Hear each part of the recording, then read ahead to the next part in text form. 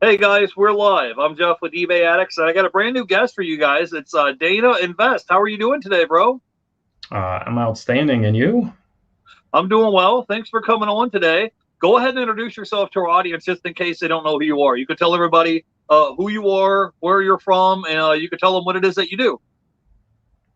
Yeah, are we live? Hang on, Go ahead my and introduce oh, yourself to our audience, just in case they don't know who you are. You could tell them. all right. Sorry, my computer was lagging for putting the chat up. Anyways, my name is Dana. I go by Dana Invests on Instagram, YouTube, TikTok, a couple other places, but I resell on eBay mostly. That's probably 90% of my business. I also resell on Amazon, Facebook Marketplace, Mercari, Depop, Poshmark. But all those other ones are like minuscule parts of my business. eBay, like I said, is the big chunk. And then I do Amazon, probably, like I said, maybe 8, 9% of my business. And then all the rest totals up that little bit. So I do all that. And then I have a YouTube channel that I share what sold videos every Monday, Wednesday, Friday. I changed it up a little bit last week, added a little few more sourcing videos in. But otherwise, uh, that's me, and that's what I do. Okay, and what state are you from? Because I'm sure I'm going to get a question in the chat. Oh, gotcha. Yeah, Arizona, Okay, cool. So you're all the way from Arizona. You're a dad, you're a father of two, and you're yep, a full-time reseller, correct? full-time reseller. Yep, and I got a 2-year-old almost and a 9-year-old, and I've been full-time reselling only since January. I did. I've been part-time reselling for years, and then I was in retail management for decades. So always been selling something, but full-time eBay, Amazon seller since January. Okay, cool. So talk a little bit about that. What was your like background a little bit? Let's dig into that a little bit before you became full-time. And like how long were you working like doing it part-time? And what got you decided to like take the leap and say, hey, you know what? I'm just gonna go in and go full-time because uh some people it's better for them if they go full-time, if they put more energy and time and capital and resources into their businesses would grow more. And then other people, maybe they have kids or they have a family or whatever, and they're like, hey, I have to pay for daycare for my kids, and maybe their spouse needs to have health insurance. Everybody's in a different situation. So how did it work for you? Yeah, I mean, like I said, I was doing retail management. I worked with Home Depot for almost 20 years, and so I was selling there, and then I was watching videos on like reselling on Amazon. So I started doing FBA while I was still full time employed. Um, and it came to a point where it made sense that at some point, if you're going to like take a jump for your future, you can't be worried about health insurance and all that other stuff. I had savings, so like don't get me wrong there. We had savings built up. We had the ability to cover health insurance, to buy it on our own. But I said, look, now or never. Let's run with the business and try and do my own thing. And so I actually spent a year day trading and reselling part time. So that's what I did all last year. And it turned out to be not what I wanted to do. So January came and I said, full force, I'm going to hit it. And if it can replace the income, then that's what I'm going to do. And if it doesn't, then I'll, make other plans. But uh, there was no toes in the water. It was jump in and let's get going. So it's one of those things where you're like, we're just going to burn the boats, and if things don't work out, I can always go back and get a regular 9 to 5 job. That's going to be there either Yep. way. If it doesn't work out, worst case scenario, and you're like, hey, I've got to go back and get a job at Home Depot, or I have to have some kind of regular paycheck, you could always go back and get one of those. But you were just at a point where you were just like, hey, it's do or die. I'm gonna burn the boats, jump in head first, and kind of open the parachute on your way down, right? Yeah, because I think, to be honest, there's too many people who get wishy-washy and they say maybe next month or maybe after I save up this much money, and there's nothing wrong with that. Like I won't get on anybody for doing that, but for me, if I'm going to do it, I just need to say, hey, I'm going to do it, or I'm going to get wishy-washy, right? So that's kind of my thing is let's just go and figure it out, and it's been doing great for me. So I'm happy that we did that. Yeah, and you haven't had any regrets since. No, no. I mean, I would say like the amount of time I've been able to spend with my family, my daughters, my wife, that I didn't before. I used to work probably 80 hours a week, is what I would average at my job. And I would see my kids, for maybe 30 minutes at night, see my wife 3 days a week. Like that's what it kind of felt like. Our days off never commingled. So it was kind of like, it just wasn't the best for life, I guess, is probably the best way to do it. And, so now that I'm able to focus that time with family around reselling, that makes my life a whole lot easier and better on family life. Yeah, you only have so many hours in a day, and I know what that can be like, especially if your spouse or significant other is, you guys are working, maybe one person works day shift, and the other person works night shift, and it's like you hardly get to see each other, and then time goes by so real fast, and when 1 minute your kid's 5 years old, and next week they're 15, 16 years old, and they're driving a car, and they only grow up once, So, Right. hey, we're live. Let me say hello to a few people in the chat. I wanted to say hey to the Selling Sniper is here. It says good afternoon. Jeff and Dana. I wanted to say hey to Dixon's Pixons. You were on with him not too long ago, right? On Marcus, his channel? yep. Yep. I was And I just on wanted with to say, Marcus last week, I think. yeah, and I wanted to say hey to LKL Graphics. Keith is in the house. So I kind of wanted to touch on real quick because I was reading your bio on Instagram, and you talked a little bit about how you're doing day trading. Do you take a good chunk of your money from your business as far as reselling and kind of invest that into real estate and kind of invest that into the stock market? Like, what is your mindset on that? Because if you don't work a traditional 9 to 5 job, then not only do you not have benefits and health insurance, but you don't have a traditional 401k, you don't have a pension. It's kind of just on you to kind of pick up the slack. Right. And so, funny story, the name of the channel, Dana Invests, I originally intended to share trading, like live trading, how-to videos, that kind of thing, when I created the channel. And then I decided that again, it wasn't for me for what I was doing. And, I was making way bigger trades than most people would ever imagine. And so I was like, look, this just isn't going to be for most people. And so I switched into just using the channel for my reselling content. And I have a 401k with my old company that's still there. And I had my own retirement account, and I have my own IRA. And so I just kind of kept the name Dana Invests because I'm investing in inventory to resell online. And then I've been trying to do things like, I don't know if this will make sense, if it'll show on here, but like I have a little log here. I started a new series on the channel I call it the Thrift to Retire. And so to go out and spend one day a month and just go make a buy, and whatever profit I make on those items, then those are going to go straight into, my retirement account because I don't have somebody forcing that. This is kind of a fun way to say, hey, I just went out for a day. Like on this one here, I spent $181. Nobody's gonna be able to read that. And my current net profit is over $400 on those items for that day.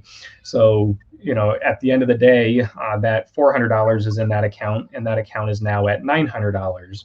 So we took $181 and it's now over $900 by investing that in the market. So that's just kind of a little spin I'm trying to put on things so that people know it doesn't have to be difficult. Trading is difficult. Investing is not difficult. Yeah, I don't want to get too nerdy here because most people tune in to hear about reselling, not personal finance. But do you take your money and invest it into like a Roth IRA account, or did you put it into like a SEP, which is like a self-employed type of retirement account? So I have the IRA. The money that I'm doing from like this Thrift to Retire series is just a general account, so it can be cashed out anytime. It's going to have regular taxes and all that on it. But I would suggest most people watching this that are reselling that they do either an IRA or a SEP account, because this reselling business is a business and it qualifies for the SEP advantage. Yeah. If you guys like, I'm not going to make a whole separate video about it, but if you want it, you can Google it. Basically, with the Roth IRA, the idea is you're supposed to put money in that's after tax dollars, and then it grows into this account. And then when you get to retirement age, all the money that kind of accrued or kind of grew in this account is supposed to be tax-free money for your retirement. And the other one with the only downfall with the Roth is it's limited to how much money you can invest every year. It changes. I don't remember the exact amount. It might be 6,000 a year or something. I don't remember the exact amount off the top of my head. But with a SEP with the SEP account, which is like your self-employment, basically your 401k account, you can put a lot more money into that account. But I don't know. I think it may be pre-taxed money, and then maybe you're taxed on it later. I'm not 100% sure on that.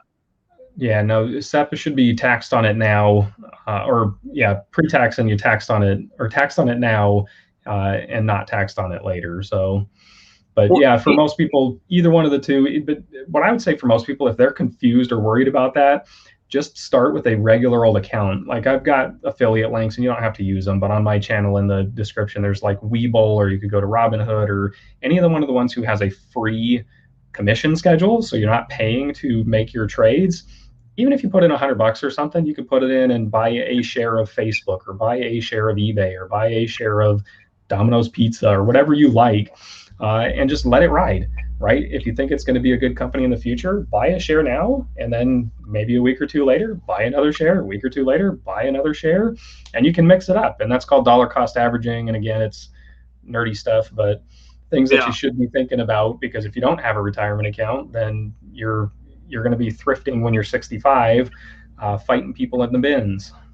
And nobody wants to do that. Yeah, I opened up an account through Fidelity, and it was a 5-minute thing. You're in and out. You open up this account, and then every month they would just deduct so much money out of my checking account, and then it would just transfer the money from one bank account to another. And then basically, if you had an emergency or you had something that happened and you need to access the funds, you wouldn't have to pay a penalty with like a traditional 401k to access the money. But like you said, I just saw a video on YouTube yesterday, and I think they said that like 43% of the population has less than $10,000 set aside for retirement. So it's a real thing. So if you're in the bottom 43 percentile of the population and you have less than $10,000 saved for a rainy day for your retirement, you don't want to be, I don't want to speak ill will of anybody, but you don't want to be one of those people that's, eating dog food because you didn't plan ahead, and you don't want to be 65 years old elbowing people trying to get stuff in the bins so you can resell either, So anyways, I'm going to say hey to a few people here in the chat. I wanted to say hey to Cali Reseller Louise. I wanted to say hey to the Selling Sniper. He says, can you send me a link when you're ready? Oh, he's talking about his unboxing video. I wanted to say hey to BK from the Rockies. And Selling Sniper says, I don't have a retirement account yet, but I buy stock and crypto on Robinhood and also do Coinbase. Dixon Fixon says, I need to get into some investment strategies. And he says, I'm just a small investor. Well, everybody starts out being a small investor. No one, just has a rich uncle that passed away and left them $10 million or something. Everybody, you just start where you are. And then I think the downfall is some people don't sit down to even think about their retirement strategy until they're 45, 50 years old. And they're like, hey, I would like to retire one day. At that point, it's kind of like you could have been put money away when you were 25, 30 years old instead of waiting until you were 50. So, hey, I'm not an actual tax accountant and I'm not a financial advisor. So just call one of those people. You can call Fidelity or, Schwab or whoever it is that you do business with, and they can be able to help you out much better than I can. It's just, the idea is just to have your brain thinking outside the box. That's all. Go ahead. Right.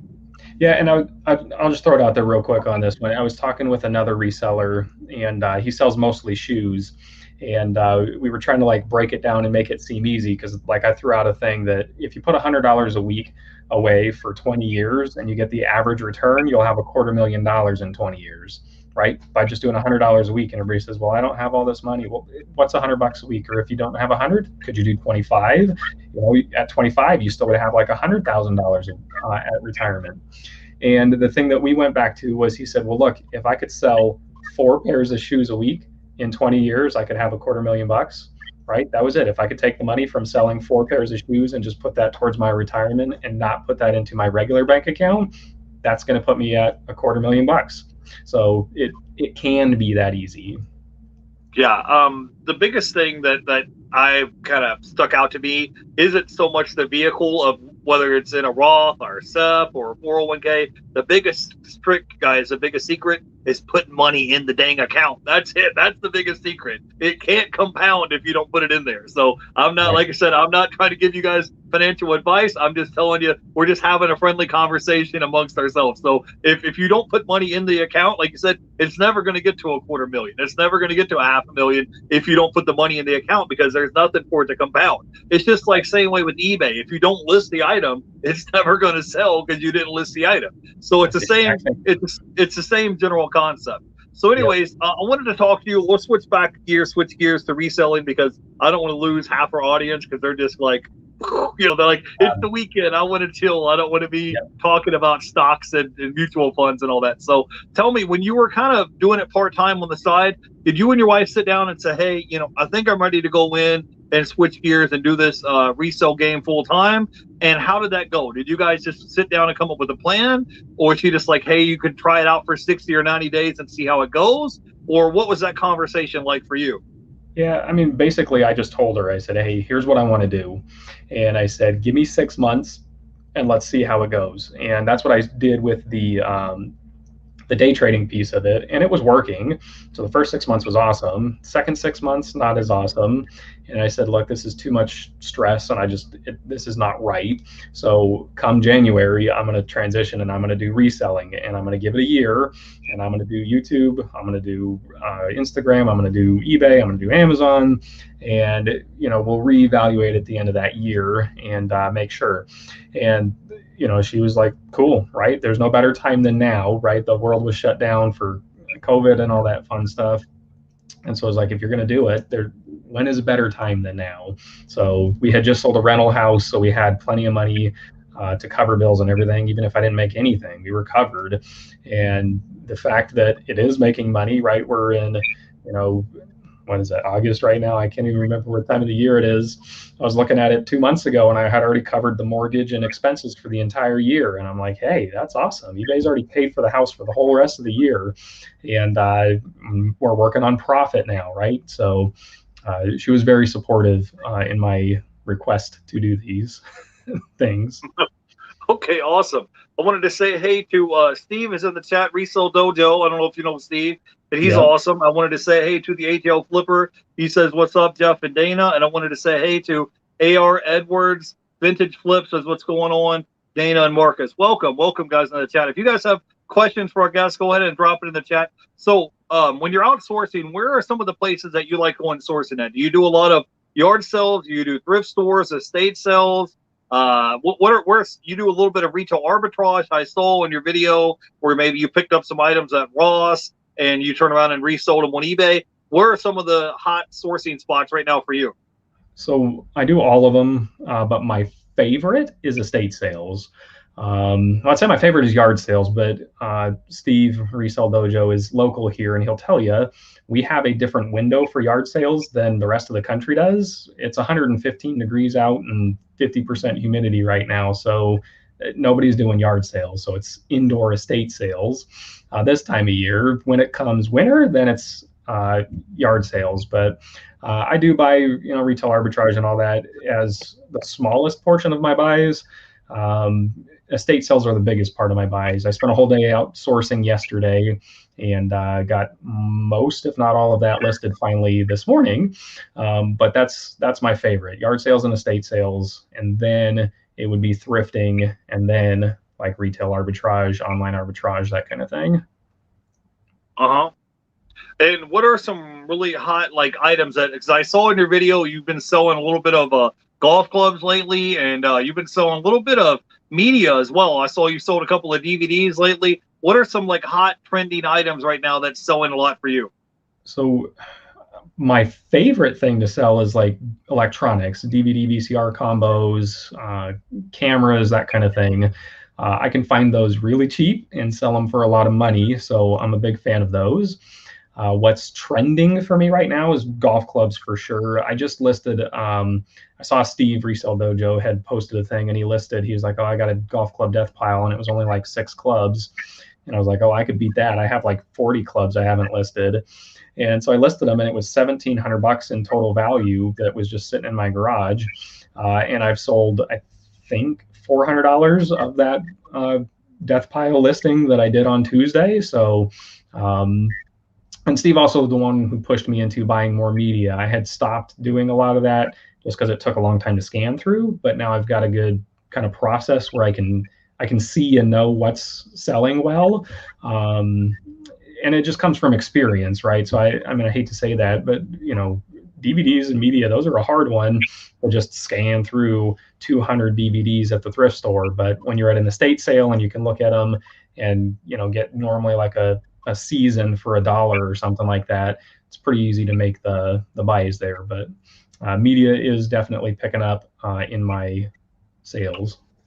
Yeah, I just mainly try to look for the ones that are still new, sold in the shrink wrap. And like you said, if you can get box sets of seasons of different TV shows, maybe like The Simpsons, or I sold a Dragon Ball Z, box set. So if you see like episodes or TV shows of box sets, those will sell pretty well. And if you see any type of media that's new in the shrink wrap, CDs, DVDs, Blu-rays, video games right now are really hot because people are buying them and then they're grading them and then sending them in to get graded. So if you're out and about and you see those somewhere, I mean, and you can pick them up for a quarter, 50 cents, 75 cents, $1, you can pretty much make your return back pretty quickly. Do you have any like name brands that we should be on the lookout for as far as golf clubs go? All the majors. TaylorMade is my number one. TaylorMade sells super fast. Ping sells really well for me. I've sold a few of those this week. But just any of the major name brands, TaylorMade and Ping would probably be my two things to just look out for. But Mizuno, oh geez, I'd have to go back through and think of a lot of them. But TaylorMade sells for the most money and super fast if you find those. Okay, cool. We have a question here from the ATL Flipper. He wants to know, what was your biggest flip? Okay. Well, let's see. I would say,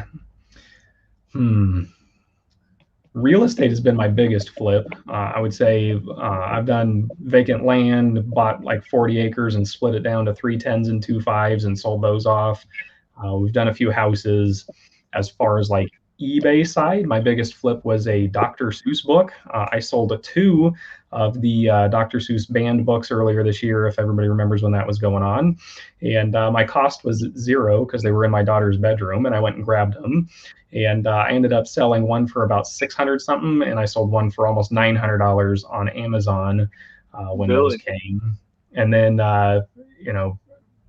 otherwise, I've just sold tons and tons of like cameras, DVD, VCR combos, those things where I'll get them for $1 or $2 and sell them for 200 or 300. Tons of those. Yeah, I wanted to say hey to Flippy McFlipperson. He says I'm right on time. Golf Club chat, love it. Yeah, you just came at the right time. If you guys get a chance, check out Flippy McFlipperson. He's really close to 1,000 subscribers. So if you guys get a chance, go check him out. I really would like to see him hit 1,000 subscribers in the next couple weeks. And we have AR Edwards Vintage Flip says, Dana, working on profit, me to working towards 100% for sure. How would you say to invest this profit? I was just showing my golf clubs that I shipped today back there. My wet sold video just dropped. What would I say to invest on this profit? I don't have a specific number, but what I would tell you is you should probably consider like 5 to 10% of your profit to put away towards your retirement, if that's what you're asking.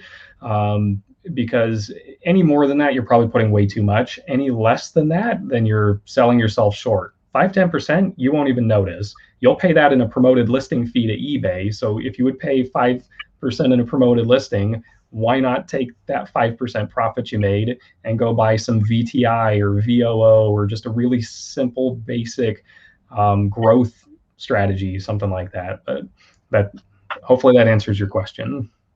All right. So Dana, so how much like out of the business when you make sales on eBay, how much of the money do you like pay yourself to kind of pay the light bill and pay your overhead expenses? And how much of the percentage do you think that you kind of reinvest back in your business? Because you have to kind of reinvest so in order to have products to sell for the next week or the next month. Because it's like if you sell through all your good stuff that you have, and it's like, okay, now September rolls around, I don't have any good stuff to sell. So you gotta have to reinvest a good chunk of your money back into buying more products to resell. So how do you have yours set up? I'm just curious.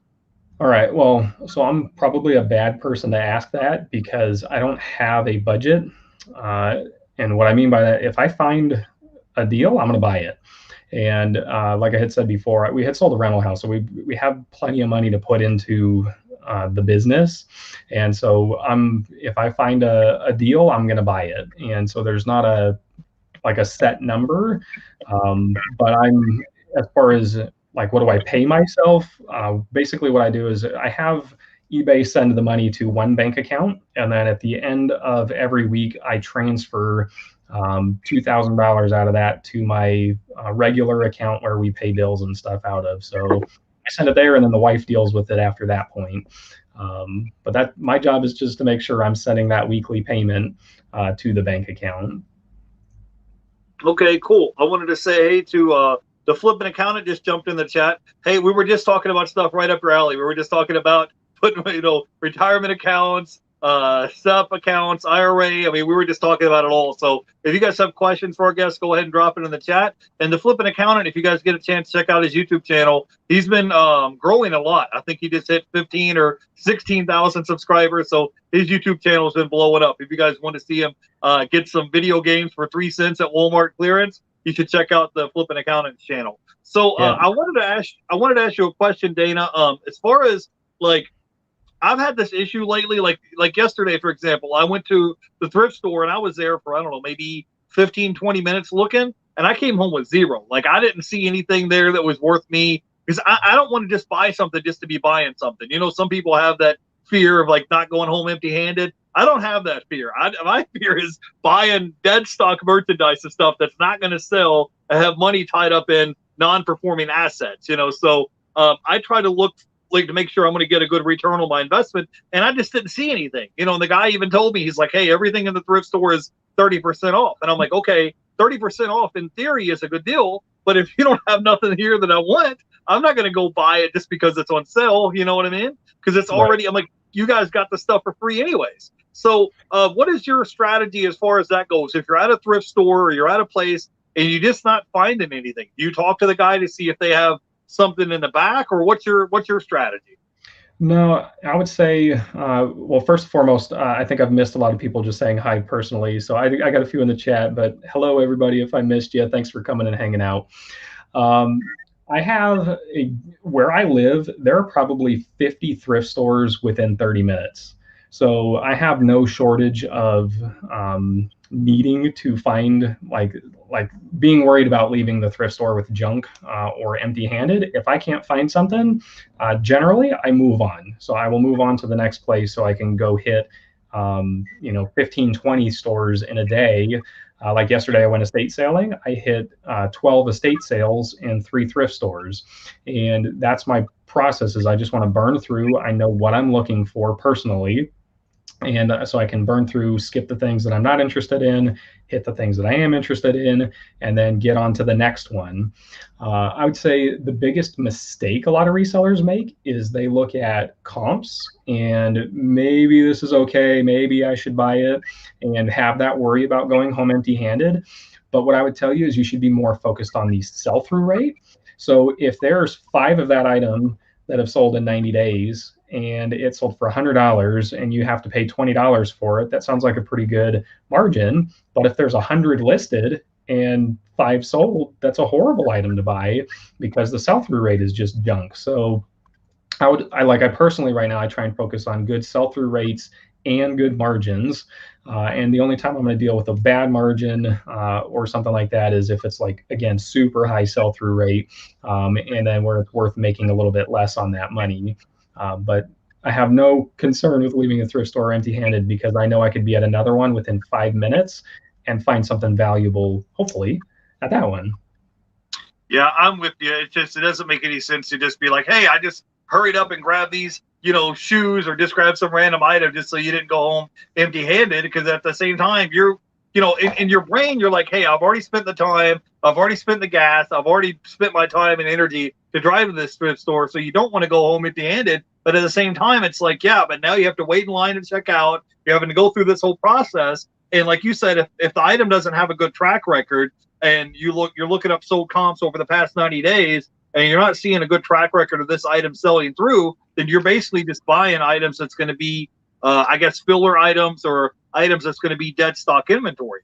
So you kind of Right. want to look at both sides here. So let me say hello to a few people in the chat. We have AR Edwards, Vintage Strips or Vintage Flips. I wanted to say hey to the Flippin' Sports guy is here. I wanted to say hey to Frugal Monster eBay is here. Thanks for coming by and hanging out. I wanted to say hey to the Niche Seller is here, and we have a couple of questions in the chat.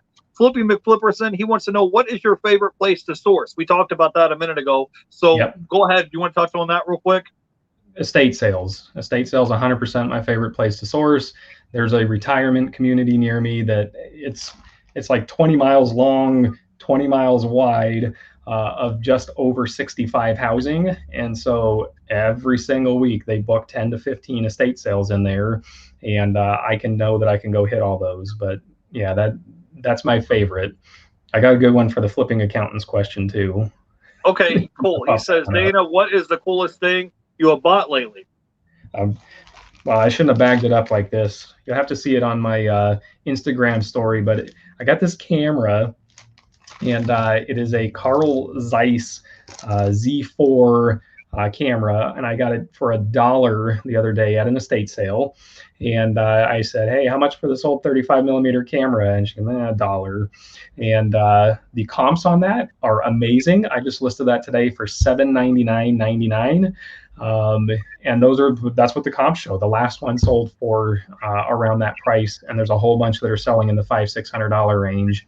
I have another fun one. I just got this inbox calculator, business calculator. This sells for around $300. Got this for $1 yesterday too. So that's why I love estate sales. I can get those, $1 into $300, $1 into $700. That's amazing. Yeah. That's my favorite. Yeah, it's all about the treasure hunt. You just got to be at the right place at the right time. And if you're out here looking for a treasure, sooner or later you're going to find some, right? So yeah, I got another fun one just because this one's out of the package. If anyone's ever seen that, it's a 4-lens, a quad lens Nishika camera. Paid like $20 for that, and it's like a $200 camera. So cameras are one of my favorite right now. Yeah. So Dana, can you kind of talk to me a little bit about maybe if somebody is, maybe they're reselling part-time, they're in a situation you were previously when they still have a full-time job. You said you were in a situation where you were working 80 hours a week at Home Depot. At some point, you're just like, I can't keep running around like a dog chasing his tail over and over and over again, doing the same thing over and over again and expecting different results. So at some point, you're like, peace out. I'm putting my 2 weeks notice in. I'm leaving. I'm going to work for myself. That's not for everybody, but if someone is in that situation and maybe they're part-time, they want to become a full-time reseller, or maybe they just want to get started into reselling, what would be like 3 different pieces of advice or 3 different tips off the top of your head that you could kind of say to help them get them in gear? What would you recommend? You got it. Hey, Eric. Eric just jumped in right now. I saw that. Oh man, 3 things. So one, I would say save up some money. So you need to have a couple months worth of income saved up before you make that jump, because otherwise it's not financially prudent for you to do that, right? You should be able to pay your bills for a few months in case things go crazy. You know how eBay can be with returns, etc. So get some savings set up. The next thing I would say is, you have to be a self-motivated person. If you are being pushed and you have to have somebody tell you, hey, did you get your listings up? Or if you've got a death pile that just keeps growing and you're not listing it, guess what? If you go work for yourself and you are now a full-time reseller, no one's going to make you do that. So you're then going to struggle. You're not going to have the sales. Your significant other is going to say, how come you're not making as much money as you said you could? And I thought you were going to make $500 on that one item. But if you never list it, you're never going to sell it. So you have to be true to yourself and say, hey, can I be a self-motivated person and do this? Because if you can't, then it's not for you, and maybe you should work for somebody, and that's okay. And part-time is probably what's right for you. But you have to be able to put in the efforts and the work for it, and know that, like, I started in January, and January, I don't remember what it was. I probably did, $3,000 or $4,000, and then I grew my 90-day to like $20,000 because I was just kind of comfortable with where I was. And then I started pushing myself with a few other people, Marcus from Dixon Pickens in here, Eric at Red Mountain Resell, and Chris at Flip the World. And we started pushing each other to do more listings. And that was one of the times where I was like, okay, man, like I'm pushing myself, but I'm not like really pushing myself. And then we went from like 20,000 90 day to $35,000 90 day by like actually putting more effort into it. So, that would be, hopefully three good pieces of advice. Make sure you have the money built up and ready to do it. Um, Make sure that it's really for you before you leave a job or something like that, and then push yourself. And if you feel like you got enough done in 6 hours, then go work for another 2 hours. And if you find it the struggle to go work for that extra 2 hours, then again, this is probably not for you, because there's some days you're going to have to work 10 hours to get everything listed or to get everything shipped. And if you're not willing to do that, then just be honest with yourself. Yeah, that's why I said it's not for everybody. If some people are built, they're self-motivated people, they're self-regulated, where they can say, hey, some people need to have someone to kind of push them in the right direction and say, you need to clock in at 9 o'clock, your lunch break's at noon, you clock out and go home at 5, you're done for the day. Where other people are kind of self-motivated, self-regulated, where they can just be like, hey, I can just work autonomously. If you guys just leave me alone, I don't need somebody breathing down my neck telling me what to do. You guys just leave me alone. I'll get the stuff listed. I'll get the stuff shipped. And, there's other things to it. You're handling customer service, you're dealing with customer returns and negative feedback, all these different things. So that's why I said there's nothing wrong with it, guys. If you have a full-time job and you just want to do reselling on the side, there's a bunch of people that go out on Friday, Saturday, Sunday, hit yard sales and kill it. They can make, $800 or $1,000 a week just doing it part-time on the side and still do their regular job as well. So, right. And to be honest, I honestly go sourcing 2 days a week. That's it. So if I had a full-time job, I could still probably get up the same number of listings if I was willing to work after a full-time job. But I source 2 days a week. I ship 3 days a week. I film my YouTube videos 3 days a week. So I work 6 days a week is kind of what I did. I was working 7 for a long time there because Philly Flipper had a 750 challenge, and we were trying to get 20 listings a day up. But oh man, my kid is screaming out there. I don't know if you can hear that or not. Sorry if you can. But yeah, you gotta push yourself for it. Are you okay? Do you need to go check on your kid, or are you good? No, my mother-in-law's out there watching her, and she's trying to put her down. Oh, that's just not. We're live, guys. These things happen when you're live. But so, anyways, I got a question for you. When you're out here sourcing and you're out at thrift stores and estate sales, what is the items that you're particularly looking for? Is there a certain niche you're looking for? And is there a certain rate of return you're looking for? Because I saw some of these items, you're like, hey, I paid $3 for this item and it's going to sell for $75, $80. So what type of rate of return are you looking at? And you also touched on a little bit about sell-through rate. So can you talk about that? Because let's say you have 2 items in your hand, right? You want to buy one, you're going to put the other one down. What are the criteria that you look at to decide, okay, I'm going to check out, buy this one I'm going to pass and let this one sit? Yeah, so I would say if it's the same dollar amount, then it depends. And I know this is going to be a horrible answer, but if it's $1 and I think I could sell it for 100, I'm going to buy it all day long, even with a low sell-through rate. But as long as it has sales history. So that would be the challenge, because then at that point you just have to put your value skew to it of better pictures or better description. Maybe it's promoted a little bit better. So you can turn that into being one of the ones that sells with a lower sell-through rate. I try and shoot for things with at least a 50% or better sell-through rate. So, if there's 5 sold and 10 listed, that's within the reason. If it's 5 sold and 100 listed, then I'm not interested in that item. As far as margins, I try and shoot thrift store and estate sale stuff. I try and pay 10 to 20% of whatever I think that item is going to sell for. And it doesn't always work out that way, but it can average into there. Minimum is a double up. I'm not going to spend, $50 to make $20 on it, unless it's something really amazing and it's got a very high sell-through rate. Otherwise, I don't want to invest all that money and have it tied up and only make a smaller rate of return. I could make a better return potentially by just throwing that in the stock market. for my opinion, but hopefully that makes sense. Yeah, I wanted to touch on this real quick. How do you go about balancing being a father, a full-time dad, full-time reseller, YouTuber? Like, how do you go about balancing that? Because you have to make sure that you're taking care of your wife and your kids and your family as well. You can't neglect them, but you also have to make sure that you get your YouTube videos up. You get your items listed, you get your shipping, you get your packing done, you get your sourcing done. How do you kind of balance the two? Because you don't want to neglect one. I heard a story that said, "What good does it do a man to gain the world and lose his soul?" So if you make $10,000, and then if your wife says, "Hey, you're not spending time with me, I want a divorce," it's like, what good did it do? You made $10,000, and now it's like, it's like what did you gain from doing that? So how do you go about balancing the two between your home life and your work life? Yeah, so what I personally do, and I don't want to say it's a trick, but my trick is I get up early in the morning, 6:30 every single day, and I am not a morning person, right? So this is part of the pushing yourself and doing things you don't maybe necessarily want to do. I don't want to get up at 6:30 in the morning. I want to stay up till 2 in the morning. That's what I want to do.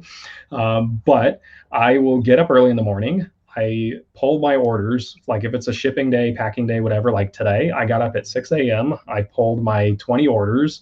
I filmed my YouTube video. I took my daughter to school after that. I came back and I saw my wife for a minute before she went off to work, and grandma came over to watch the younger one. And then I came in the office and I shipped everything. As soon as it was shipped, I got the YouTube video done, edited, loaded. So that's all up and done for the day. And then I sold a few more things and I shipped a few more things. And then I came on the live with you. And I don't have to pick my other daughter up till 3 o'clock. My time, it's only 1:45 here right now. When we're done here, till then, I'm going to continue listing items so that once I pick her up and I am done with that, then I'm done for the day, other than responding to offers or things on my phone.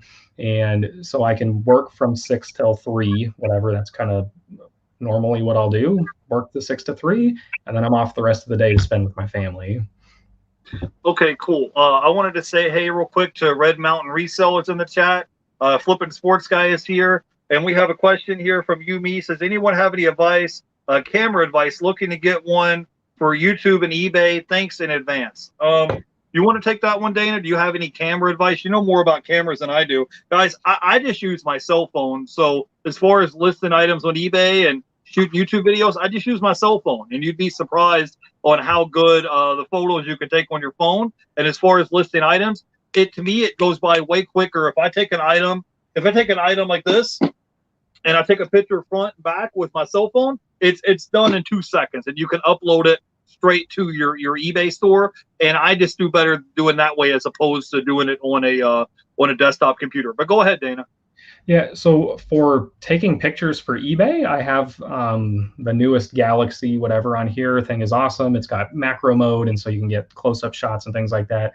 So this is all I do. I go and I'll take a bunch of photos. So like this morning when I did my listings, I took whatever 100 photos that I did, and then I'll sit down on my computer normally and I'll make the drafts, and then I just use from my phone and I'll load the pictures into the drafts and then send them live. So you can do that super fast that way.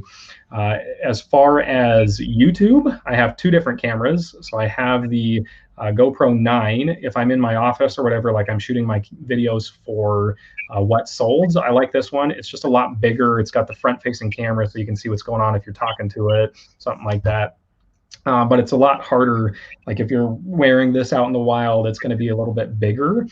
So when I go out, like, and I'm hitting estate sales and that kind of thing, I either have this clipped to a backpack mount, and this is the Session 5, and it doesn't look like anything. It's just whatever, this 1.5 by 1.5 cube, and I can slide this in my pocket and then just pull it out, shoot whatever I'm going to shoot, and then I can slide it back into my pocket, and it's super easy for that. So I don't suggest that everybody need that many cameras. To be honest, I bought this one because I was going to Hawaii and I wanted a better camera for videoing scuba diving, and I figured I could use it for YouTube as well.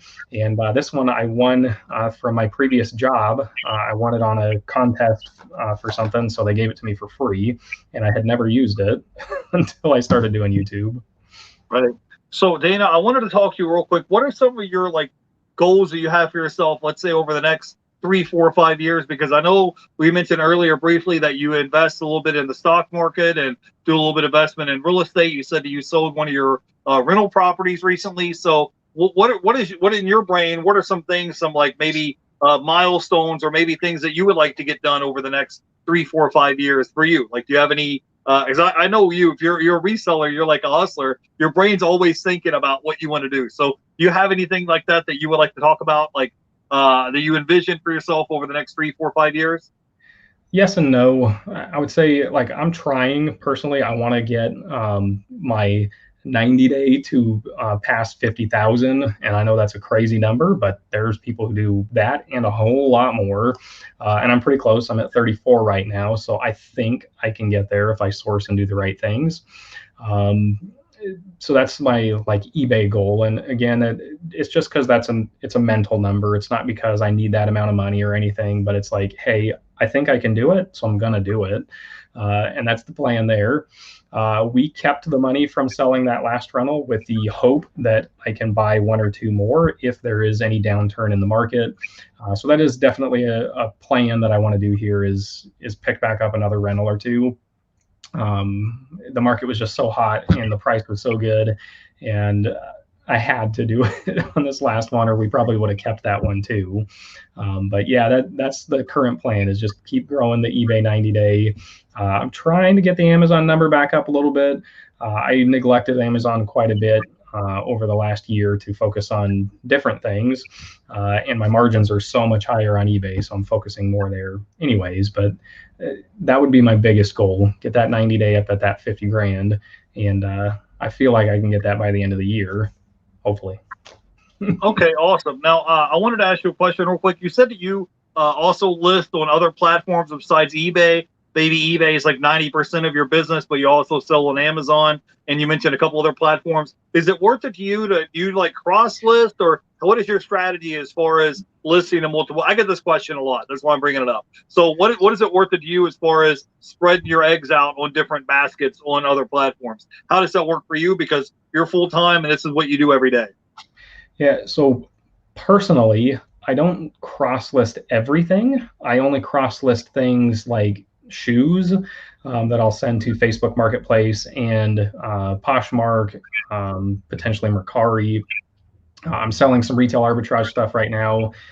There's an item I just bought from a Lowe's the other day for It's $100 in store right now, but it's selling for $250 on eBay, Amazon, and Mercari. So that one's cross posted across everything. But like a DVD or a DVD player, that's only going to be eBay. I'm not going to waste my time. I have like 1,300 listings right now, and like on Mercari, I probably have 50 listings, and Facebook Marketplace maybe 50 or 60 listings. So it's a smaller percentage. So I'm only going to put it over there if I think it's going to sell faster, or if it's sat on eBay for a while and it hasn't sold, then I'll consider popping it over to one of the other ones. And that's why I don't do as much on the other ones, is because you don't want to have 1,000 listings on 6 different platforms to manage. I want to focus on where the money is, and that's right now is eBay, and then pick and choose the ones that make sense to cross post.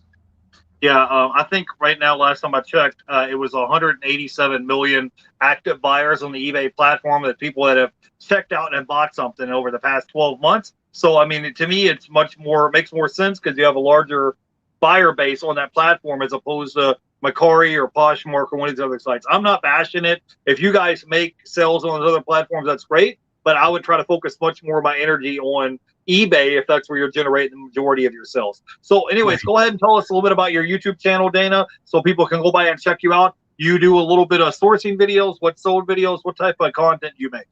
Yeah, so I do both. My main is what sold videos. So Monday, Wednesday, Friday, I generally put out a what sold video.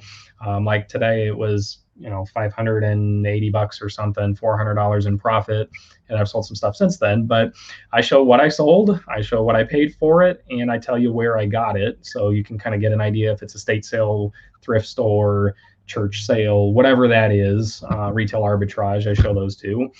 I do sourcing videos. I've got like 4 teed up that I need to edit. For anybody who does those kind of videos, they know those are a lot harder than a wet sold video to like condense to the right amount of time and not have dead time in them and that kind of thing. So I have a few of those on there. And I have more shot that are ready to load as soon as I take the time and decide to edit those. But most of my channel is geared towards teaching people what I buy, why I buy it, and how to sell it. So I give tips and tricks and those kind of things for like why my stuff sells better sometimes than other people.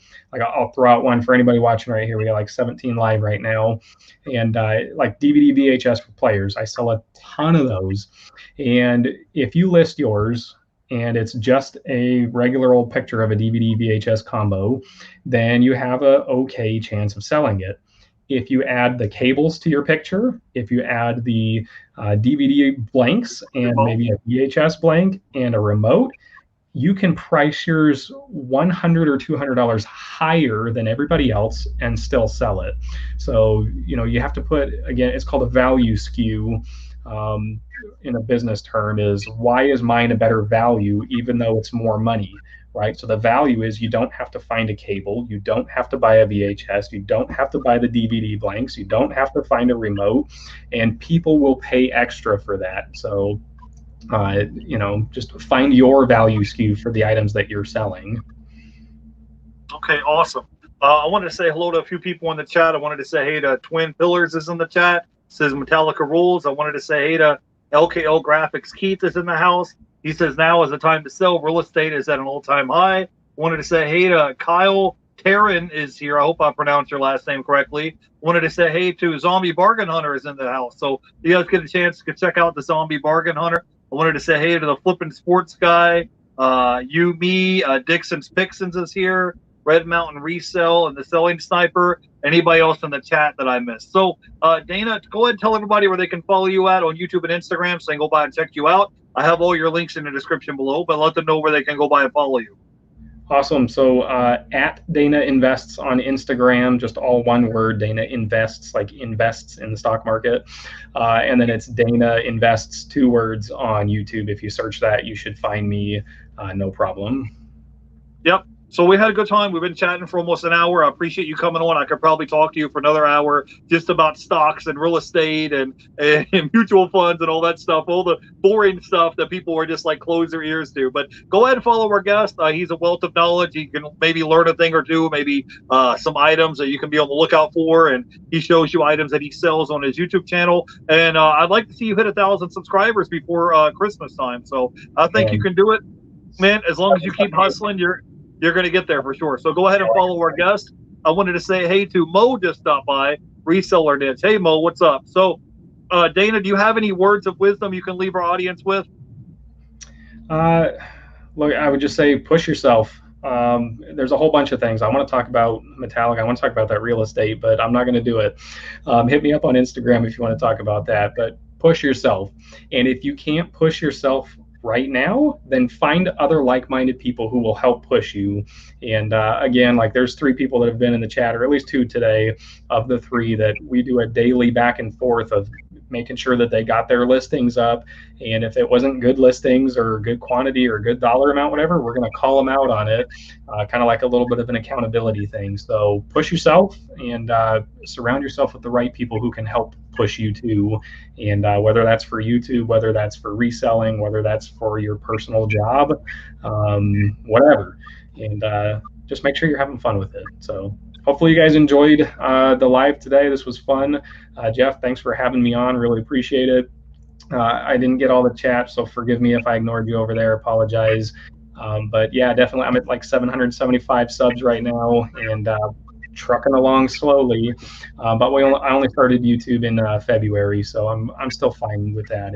It's growing, and I'm happy to be here. Well, so. YouTube is more of a marathon than a sprint, and the thing is, I'll tell you a secret. Once you get 1,000 subscribers, like you don't cross the finish line. It's not like There's not a band playing. There's not a parade. There's not confetti everywhere. You just get up the next day and you know, as a content creator, you're just going to create more content. But yeah, I agree with what Dana said. You know, you're going to be you're going to be the sum of the people you surround yourself with. So try to surround yourself with like-minded people. Surround yourself with people that know where they're going in life, and try to surround yourself with people that's going where you want to go. You know, if you hang out with, what do they say? You hang out with 4 broke people, you're going to be the 5th, right? So make sure you hang out with like-minded people. And till then, you guys have a great weekend. I'm working on, I know I've been promising you guys for 6 months, but I am actually working on dropping a new podcast with Shane, Rise and Grind Picker. We're going to be recording our first episode this weekend. So be on the lookout for that. It may drop this weekend or next week. But till then, go ahead and follow our guests. All the link is going to be down below for YouTube and Instagram. Give them a follow.